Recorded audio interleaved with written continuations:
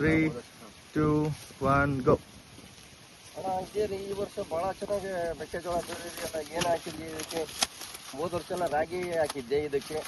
ಅದೇನೋ ಸಗಣಿ ಪುಡಿ ಮಾಡಿ ಕಲಿಸಿ ಹಾಕ್ತಾ ಸಗಣಿ ಪುಡಿ ಅಲ್ಲ ಅದು ತಿಪ್ಪೇಶ, ಘನ ಜೀವಾಮೃತ ಅಂತ ಮಾಡಿ ಘನ ಜೀವಾಮೃತಕ್ಕೆ ಟ್ರೈಕೋಡರ್ಮ ಮಿಕ್ಸ್ ಮಾಡಿ ರಾಗಿ ಬಿತ್ರಿ ಅಂತ ಹೇಳಿದ್ರು. ಟ್ರೈಕೋಡರ್ಮ ಅಂದ್ರೆ ಟ್ರೈಕೋಡರ್ಮ ಅಂತ ಹೇಳಿದ್ರೆ ಅದು ಸೂಕ್ಷ್ಮ ಜೀವಾಣುಗಳ ಸಂಖ್ಯೆ ಜಾಸ್ತಿ ಮಾಡುತ್ತದ್ದು. ಇದನ್ನೆಲ್ಲ ಕೂಡ ಶಿವಪ್ಪನಾಯಕ ಕೃಷಿ ಮತ್ತು ತೋಟಗಾರಿಕೆ ವಿಶ್ವವಿದ್ಯಾನಿಲಯದವರು ಏನು ಅವ್ರು ಕೃಷಿ ಮೇಳ ಮಾಡ್ತಾರಲ್ಲ, ಆ ಕೃಷಿ ಮೇಳದಲ್ಲಿ ಎಲ್ಲಾ ರೈತರಿಗೆ ಎಲ್ಲಾ ತರದ ಮಾಹಿತಿ ಹೇಳ್ಕೊಡ್ತಾರೆ. ನಮ್ಗೆ ಘನ ಜೀವಾಮೃತದಲ್ಲಿ ರಾಗಿ ಬೆಳೆಯೋದು, ಆಮೇಲೆ ನೈಸರ್ಗಿಕ ವ್ಯವಸಾಯ ಪದ್ಧತಿ, ಮತ್ತೆ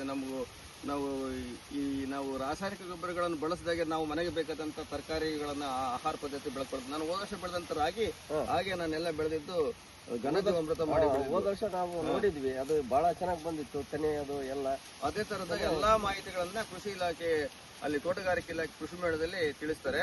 ಹಂಗಾಗಿ ಎಲ್ಲಾ ರೈತರನ್ನ ಕರ್ಕೊಂಡು ಬರ್ರಿ.